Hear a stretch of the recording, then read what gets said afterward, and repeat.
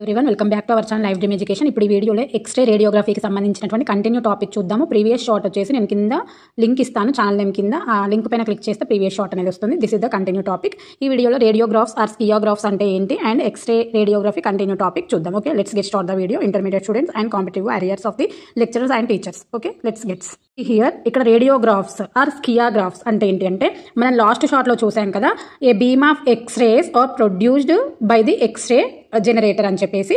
ఆ X-ray generator నుంచి produce అయినటువంటి ఆ బీమ్ ఆఫ్ ఎక్స్రేస్ అనేవి హ్యూమన్ బాడీ పైన పడి ఒక ఫోటోగ్రాఫిక్ ప్లేట్ లాగా, అంటే బాడీ పార్ట్స్లోకి పడి ఒక ఫోటోగ్రాఫిక్ ఫిల్మ్ని రికార్డ్ చేస్తుంది అన్నమాట. ఓకేనా? సో ఇక్కడ రేడియోగ్రాఫ్స్ ఆర్ స్కియోగ్రాఫ్స్ అంటే ఏంటి అంటే ఏ ఫోటోగ్రాఫ్స్ అయితే ఎక్స్రేస్ని డెవలప్ అవుతాయో ఆ ఫోటోగ్రాఫ్స్ని రేడియోగ్రాఫ్స్ ఆర్ స్కియోగ్రాఫ్స్ అంటారు. ఏంటండి? Photographs developed using the x rays. Okay, photographs developed using x rays are called radiographs or sciagraphs. చాలా చాలా ఇంపార్టెంట్ అండి, కాంపిటేటివ్ ఎగ్జామ్స్లో కూడా వచ్చే అవకాశం ఉంటుంది. ఏంటి?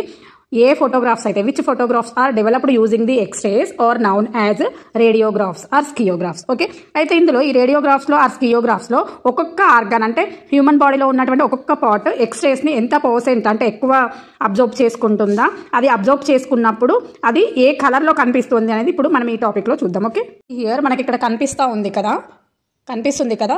సో ఇక్కడ చూడండి, ఇక్కడ మోర్ డెన్స్డ్గా ఉన్నటువంటి bones, soft tissues and lungs of the air, అంటే లంగ్స్లో ఉన్నటువంటి air and calcifications in tissue, ఈ 4 పార్ట్స్ కూడా ఎక్స్రేస్ని ఎంత శాతం అబ్జర్వ్ చేస్తాయి అండ్ ఏ కలర్లో కనిపిస్తాయి అని చూసినట్లయితే, ఫస్ట్ ఆఫ్ ఆల్ నేను మీకు ఇట్లా చూపిస్తున్నాను చూడండి.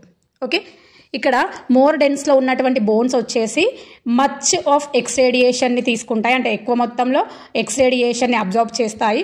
సాఫ్ట్ టిష్యూస్ వచ్చేసి ఎక్స్రేస్ని వాటి గుండా ఎక్కువగా ప్రవహింపజేసుకుంటాయి.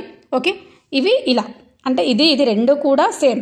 ఇదేమో అబ్జర్వ్ చేసుకుంటుంది, ఇదేమో ప్రవహింపజేస్తుంది. బోన్స్ ఏమో అబ్జర్వ్ చేసుకుంటుంది, సాఫ్ట్ టిష్యూ ఏమో ప్రవహింపజేస్తుంది అన్నమాట. సో ఈ టైంలో ఏ కలర్లో కనిపిస్తాయి various parts of the human బాడీలో అని చూసినట్లయితే, బోన్స్ ఎక్కువ సాంద్రత కలిగినటువంటి బోన్స్ వచ్చేసి appear in white colour. Soft tissues, మృదు కణజాలాలు, బాడీలో ఉన్నటువంటి ఏ మృదు కణజాలైనా పర్లేదు, ఎక్స్రే ద్వారా చూసినప్పుడు మనకు గ్రేష్ కలర్లో కనబడతాయి. అండ్ లంగ్స్లో ఉన్నటువంటి ఎయిర్, ఊపిరితిత్తుల్లో ఉన్నటువంటి గాలి వచ్చేసి బ్లాక్ కలర్లో కనిపిస్తుంది. టిష్యూస్లో ఉన్నటువంటి క్యాల్సిఫికేషన్స్ వచ్చేసి వైటిష్ కలర్లో కనిపిస్తుంది. Easy to identified and easy to remember, ఇలా చూసుకోండి. ఓకే, మోర్ డెన్స్డ్గా ఉన్నటువంటి బోన్స్ వచ్చేసి వైట్గా ఉంటాయి. అలాగే టిష్యూస్లో ఉన్నటువంటి క్యాల్సిఫికేషన్స్, కాల్షియం కార్బోనేట్ క్యాల్సిఫికేషన్ వచ్చేసి వైటిష్గా ఉంటుంది. అలాగే లంగ్స్లో ఉన్నటువంటి ఎయిర్ బ్లాక్గా కనిపిస్తుంది. సాఫ్ట్ టిష్యూస్ వచ్చేసి గ్రేయిష్ కలర్లో కనబడతాయి. ఓకేనా?